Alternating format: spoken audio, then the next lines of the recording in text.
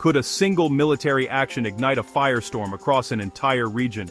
Well, this question is no longer just a hypothetical exercise for strategists and diplomats. It's become a stark and, honestly, devastating reality in the Middle East. For decades, the simmering conflict between the United States and Iran has really been a defining feature of global geopolitics. A standoff punctuated by sanctions, proxy battles, and covert operations.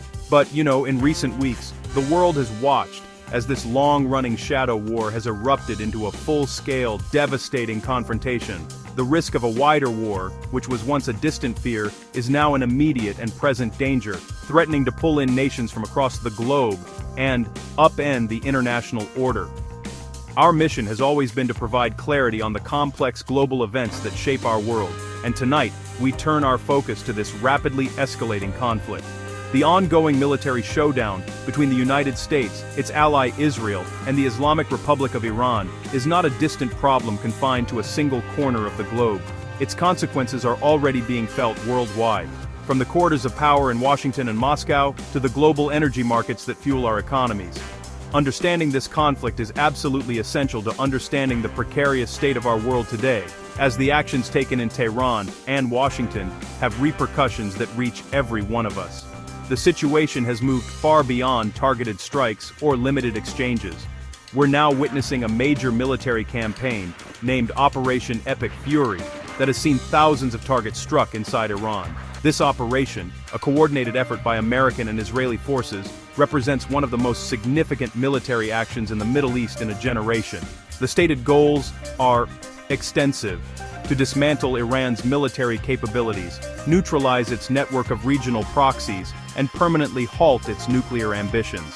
As the conflict enters its second week, the human and financial costs are already staggering. And, honestly, the path to de-escalation appears increasingly narrow and fraught with peril. The world now holds its breath, watching as a geopolitical rivalry, nurtured over 40 years, finally boils over. The dramatic opening salvos have set a dangerous precedent, with Iran responding fiercely, and its regional allies joining the fray. The international community is scrambling to react, with nations choosing sides and global institutions appealing for restraint that frankly seems to fall on deaf ears. The story of this conflict is one of historical grievances, strategic ambitions, and profound mistrust. It's a showdown that was decades in the making, and its resolution, or lack thereof, will define the geopolitical landscape for years to come. To understand the intense animosity that defines the current conflict, we really have to look back to 1979. This was the year of the Iranian Revolution, a seismic event that not only transformed Iran, but also redrew the geopolitical map of the Middle East. The revolution overthrew Iran's monarch, Shah Mohammad Reza Pahlavi, who was a staunch and critical ally of the United States. For Washington, the Shah was seen as a pillar of stability and a bulwark against Soviet influence in the oil-rich Gulf. His downfall was not just the loss of a partner, it was in many ways the birth of an adversary, as the new Islamic Republic led by Ayatollah Ruhollah Khomeini was founded on principles of anti-imperialism and deep-seated opposition to American influence. The rupture in relations was cemented later that year with the U.S. Embassy hostage crisis. In November 1979, Iranian students, enraged by the U.S. decision to grant the exiled Shah medical treatment, stormed the American embassy in Tehran. They seized 52 American diplomats and citizens, holding them captive for 444 days. This traumatic ordeal, broadcast nightly into American homes, created an enduring image of Iran as a hostile and unpredictable foe. For the United States, the crisis was a profound national humiliation. For Iran's new revolutionary government, it was a defiant declaration of independence from American power, severing diplomatic ties that have not been restored to this day. In the decades that followed, the rivalry hardened into a state of perpetual conflict. Iran, through its Islamic Revolutionary Guard Corps, was implicated in a series of attacks against American interests. These included the 1983 bombing of the U.S. Marine barracks in Beirut, carried out by its proxy, Hezbollah, which killed 241 American service members. The 1996 Khobar Towers bombing in Saudi Arabia, which killed 19 U.S. airmen, was also linked to Iranian-backed militants. During the Iraq War, U.S. officials stated that Iranian-supplied explosives and militia support were responsible for the deaths of over 600 American troops, further deepening the sense of betrayal and animosity in Washington. This long and bloody history forms the essential context for today's hostilities. From an American perspective, Iran has been a relentless state sponsor of terrorism, actively seeking to undermine U.S. interests and allies in the region for over 4 decades.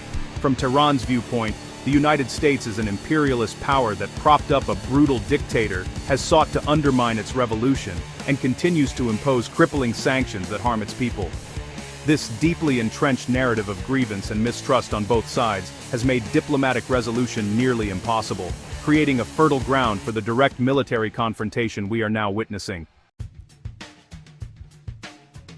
A central element of Iran's strategy to counter the United States and Israel has been the cultivation of a powerful network of allies and proxy forces across the Middle East. This network, often referred to as the Axis of Resistance, allows Tehran to project power far beyond its own borders, challenge its adversaries indirectly, and create strategic depth. It's really a low-cost, high-impact approach to asymmetric warfare, enabling Iran to engage in conflicts without committing its own conventional forces directly.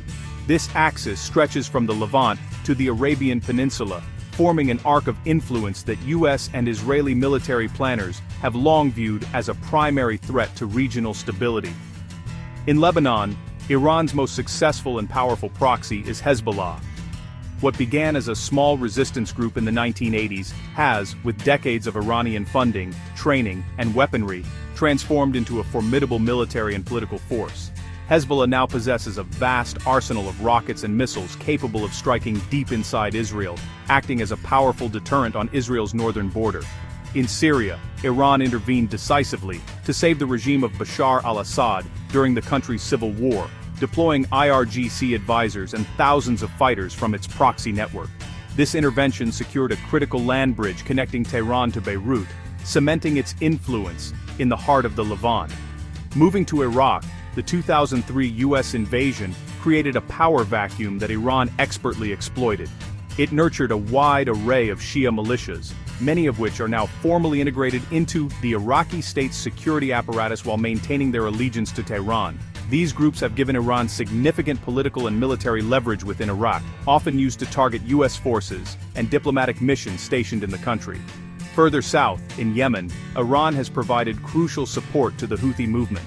By arming the Houthis with drones and ballistic missiles, Iran has enabled them to challenge Saudi Arabia and threaten vital shipping lanes in the Red Sea, effectively opening another front in its regional struggle. This intricate web of alliances is now at the heart of the expanding conflict. As U.S. and Israeli strikes pummel Iran, the axis of resistance has been activated.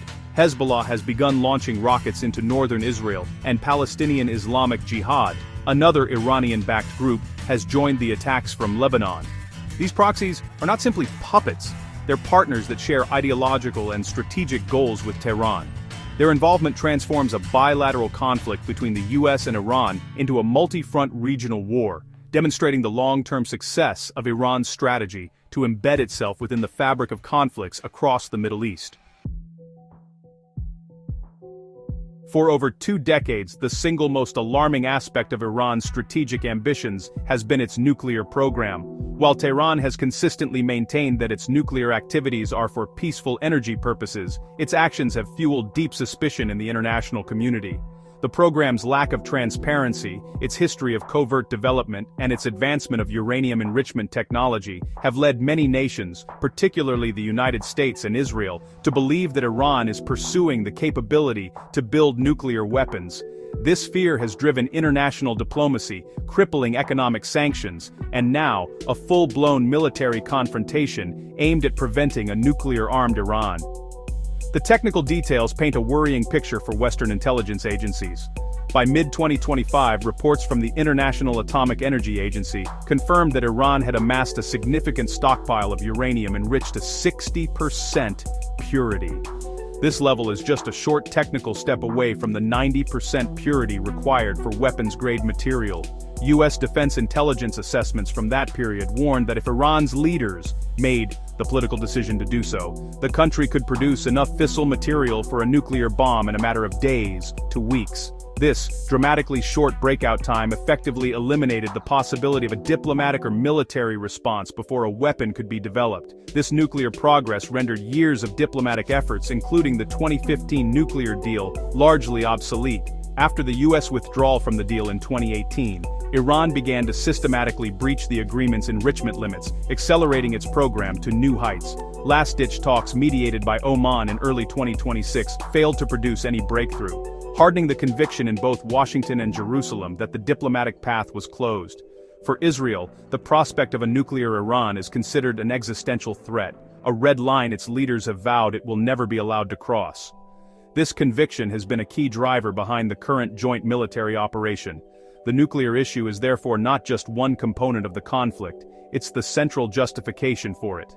The stated objectives of Operation Epic Fury explicitly include preventing Iran from obtaining nuclear weapons.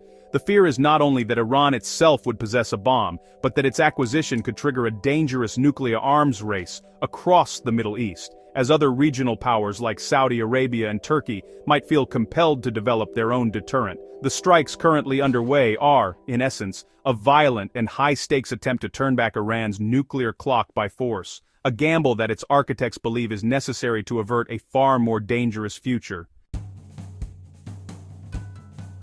On February 28, 2026, the long-simmering tensions finally exploded. The United States and Israel launched what they called Operation Epic Fury, a massive, coordinated air and missile campaign against Iran. This was not just some limited, retaliatory strike, but a full-scale military operation with sweeping and honestly pretty ambitious objectives. U.S. President Trump publicly framed the mission with an ultimatum, demanding Iran's unconditional surrender.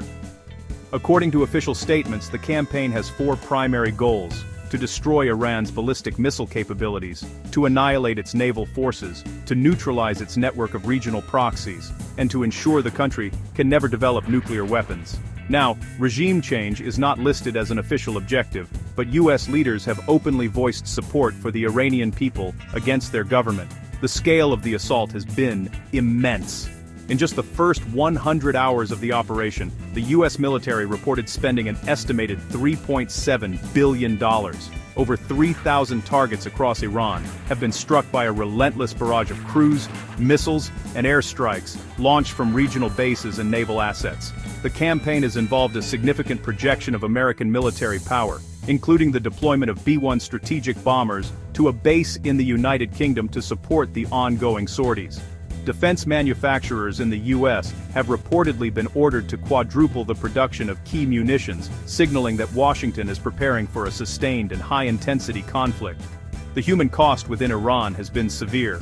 As of March 7, reports indicate that at least 1,332 people have been killed. While the U.S. and Israel claim to be targeting military infrastructure, Iranian sources report that civilian sites, including schools and hospitals, have been hit, leading to a mounting humanitarian crisis. In a dramatic and potentially game-changing development, U.S. and Israeli officials have claimed that a strike in early March successfully killed Iran's supreme leader, Ali Khamenei. His death has created a significant leadership vacuum, with an interim authority reportedly established comprising President Masoud Pezeshkian and other senior figures to manage the crisis. This operation represents a profound strategic gamble. The targeting of Iran's supreme leader, if confirmed, is a move designed to decapitate the regime's command structure and sow chaos. The sheer intensity of the strikes aims to inflict such overwhelming damage that Iran's capacity to wage war is crippled for years to come. In Washington, the campaign has received bipartisan support, with Congress rejecting resolutions that would halt the conflict under the War Powers Act. However, with 4 U.S. service members already reported killed in the escalating exchanges, the risks for American forces are also growing daily, and the ultimate outcome of this historic confrontation remains, well, dangerously uncertain. Iran has not absorbed these devastating blows passively. In response to Operation Epic Fury, Tehran has, unleashed a massive and really unprecedented wave of retaliatory strikes, demonstrating the breadth and sophistication of its own missile and drone capabilities. It has targeted not only Israel but also a wide array of United States allies and nations hosting American military assets across the region. Countries including Azerbaijan, Bahrain, Cyprus, Jordan, Kuwait, Qatar, Saudi Arabia, Turkey and the United Arab Emirates have all found themselves in the line of fire. This widespread retaliation is designed to show that an attack on Iran will result in a region-wide war, inflicting pain on the United States partners, and, honestly, disrupting global stability. The attacks have been multi-pronged and relentless. Hundreds of ballistic missiles and one-way attack drones have been launched towards Israel, while Israeli and Allied air defense systems, including the Iron Dome, David's Sling and Arrow, have reportedly achieved an impressive 80 to 90% interception rate. The sheer volume of the salvos has meant that some projectiles have broken through. The human cost of these breakthroughs has been, well, tragic. In one instance, a missile struck a synagogue in the Israeli city of Beit Shemesh, reportedly killing 9 people and injuring over 40 more. These civilian casualties have hardened resolve in Israel and underscored the indiscriminate nature of Iran's response. Furthermore, Iran has deliberately expanded the conflict's geographic scope to draw in other nations. Drones were launched at British military bases in Cyprus, a significant escalation as it marks an attack on the sovereign territory of a European Union member state. In a stark warning, Tehran has publicly stated that any European nation joining the United States-led campaign could become a legitimate target, a threat aimed at fracturing any potential international coalition. This strategy of escalation is supported by intelligence assistance from Russia, which appears to be providing Iran with targeting information, adding yet another layer of great power competition to the rapidly spiraling conflict. Iran's proxy network has also been fully mobilized as a key part of its response.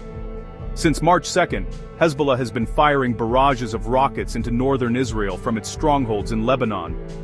Israel has retaliated with heavy airstrikes in Lebanon's Bekaa Valley, resulting in over 217 fatalities there. The conflict is no longer a two-sided affair but a chaotic, multi-front war. Iran's ability to activate its allies across the region simultaneously demonstrates the effectiveness of its long-term strategy. It is now forcing the United States and Israel to fight not just one enemy but a coordinated axis of resistance across multiple countries. The conflict's impact extends far beyond the immediate theater of war, sending shockwaves through the global economy. The most critical point of vulnerability is the Strait of Hormuz, a narrow waterway separating Iran from the Arabian Peninsula. This strait is the world's most important oil choke point, with approximately 20% of the globe's total oil supply passing through it daily. From the outset of the conflict, Iran has sought to leverage this vulnerability, disrupting tanker traffic with naval attacks and the threat of mines.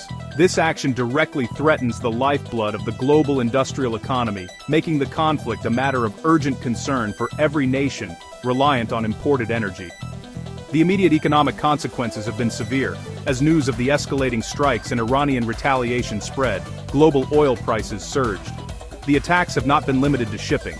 Oil and gas infrastructure in several Gulf states has also been hit by Iranian missiles and drones.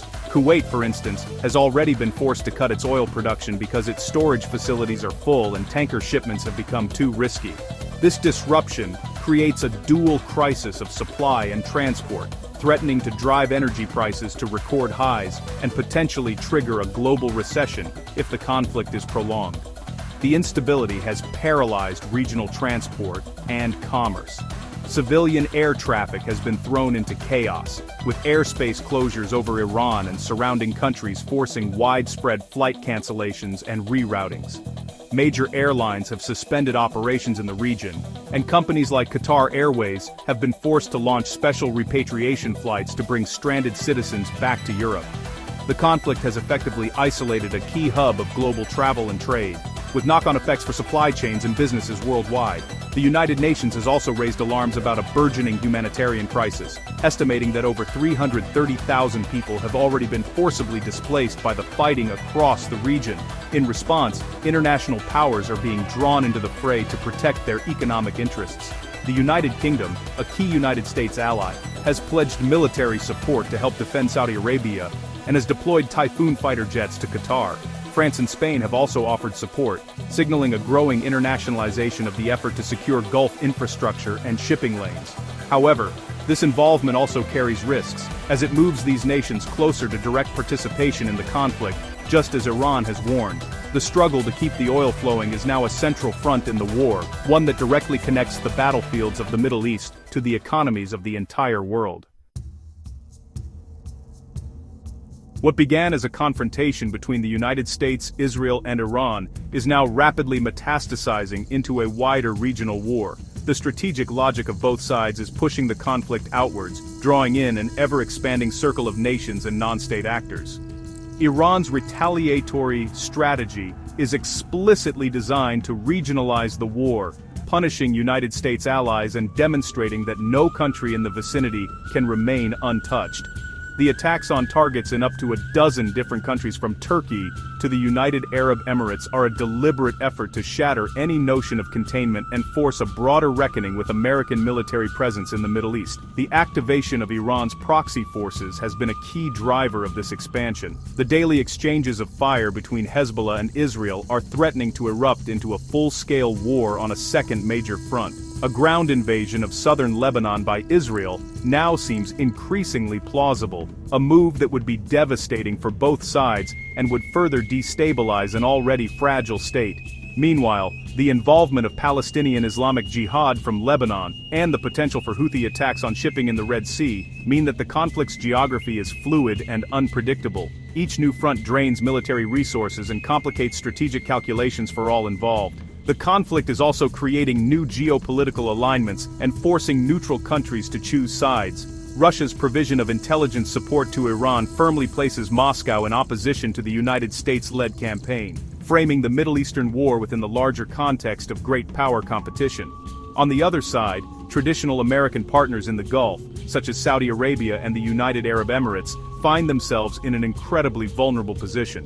Despite years of investment in air defense, they remain susceptible to Iranian attacks and are now depending on direct military assistance from the United States and Europe, deepening their entanglement in the conflict. The potential for miscalculation in this chaotic environment is enormous. An errant missile striking a sensitive site, an attack that causes mass civilian casualties, or the accidental targeting of another nation's forces, could trigger an uncontrollable chain reaction. With so many actors operating in a compressed and volatile space, the risk of the conflict spiraling into something even larger, a war that could pit major global powers against one another, is terrifyingly real. The Middle East has become a chessboard where the pieces are moving rapidly, and the next move could easily lead to a checkmate for regional peace and security. The fierce battle currently raging across the Middle East is far more than the sum of its individual missile strikes and airstrikes. It is the violent culmination of a decades-long geopolitical rivalry, a struggle for power and influence rooted in history, ideology, and profound national interests. The conflict between the United States and Iran has for years been a defining feature of the international landscape, a slow-burning fire that has now erupted into a devastating inferno.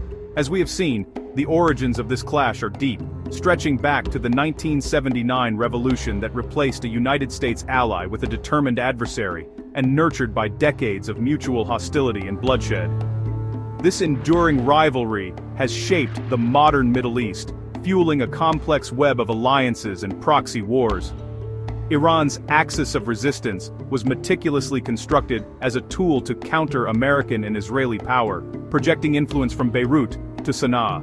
It is this network that has now turned a bilateral showdown into a multi-front regional war. At the same time, the persistent fear of a nuclear-armed Iran has served as the ultimate catalyst for direct confrontation, pushing the United States and Israel to take a monumental military gamble to eliminate what they view as an existential threat to regional and global security. Now the consequences of this showdown are rippling across the globe. The threat to vital energy supplies passing through the Strait of Hormuz has placed the world economy on high alert, demonstrating how quickly a regional conflict can trigger a global crisis. The displacement of hundreds of thousands of people signals a humanitarian catastrophe in the making. The involvement of European powers and the supportive role of Russia highlight how this conflict is becoming yet another arena for great power competition, with the people of the Middle East caught in the middle. the lines are being drawn more clearly than ever before. Ultimately, the United States-Iran conflict serves as a powerful and sobering reminder of how interconnected our world has become. It shows that rivalries between nations, especially when they involve historical grievances and strategic ambition, rarely remain contained. When tensions escalate in a region as pivotal as the Middle East, the entire world feels the tremors. This is not just a story about one attack or one military campaign. It is a story about the enduring struggle for power, the perilous nature of modern warfare, and the global shadow cast by a rivalry that has finally, and tragically, reached its breaking point.